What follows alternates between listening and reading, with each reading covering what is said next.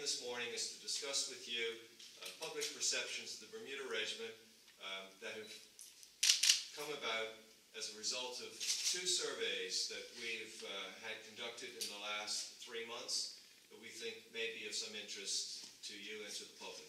There was a poll done early in the summer by the Royal Gazette that indicated that 51% of the population surveyed were in favor of conscription being abolished, and that 39% were opposed to that happening.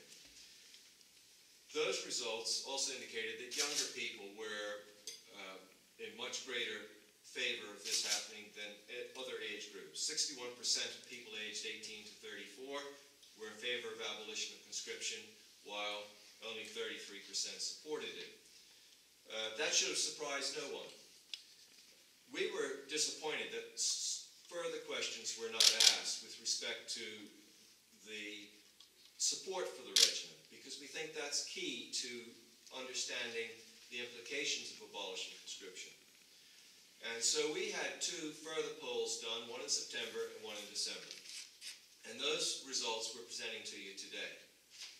The first important point we'd like to make to you is that in the September poll, a total of 72% of the residents surveyed supported the regiment.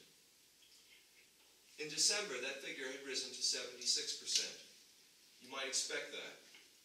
Those who said they did not support the regiment dropped from 23% to 17% between September and December, while the undecided rose from 5 to 8%. We think that's a very significant increase in support for the regiment. We believe that increase is not just because of the good work the regiment did after the two hurricanes, but it was also, those hurricanes were very sobering to Bermuda as a whole. And as a consequence, people had the opportunity to see clearly what the regiment means to Bermuda and how important it is as a unit, and particularly as an active, functioning unit continuing to do its role. I would suggest that the decision to abolish conscription is one based mainly on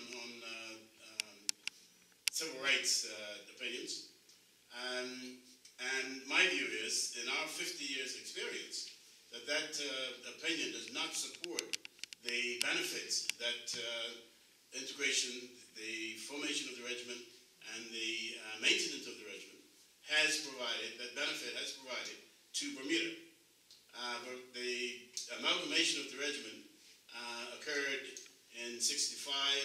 That was 7 years after conscription was started, and it was the first major experiment in integration in the island. There were no hiccups, no major hiccups, and we haven't looked back. So we've got a 50-year experience of good benefit because of the use of the regiment, the formation of the regiment, and how the regiment is managed. We've got a heck of a lot of people who would not know each other in this island, black and white, white and white, black and black, who would not know each other in this island if they had not got together in the regiment. We fully support if you could have an all-volunteer organization. We fully support that.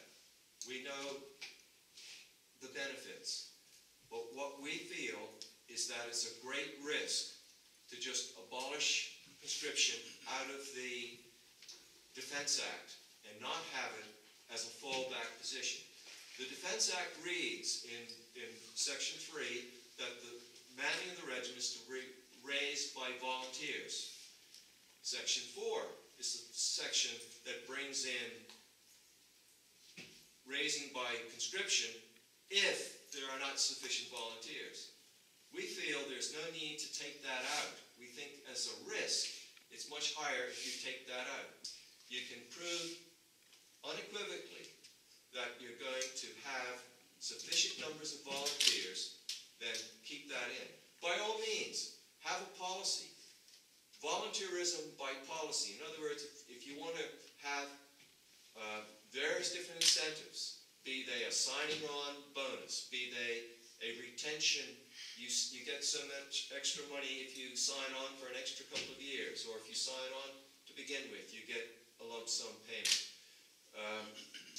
By all means, others will join because they want to join, and money isn't the important factor. They're in it for other reasons, whether it's for service to the community or whatever other self-satisfaction they may get out of it.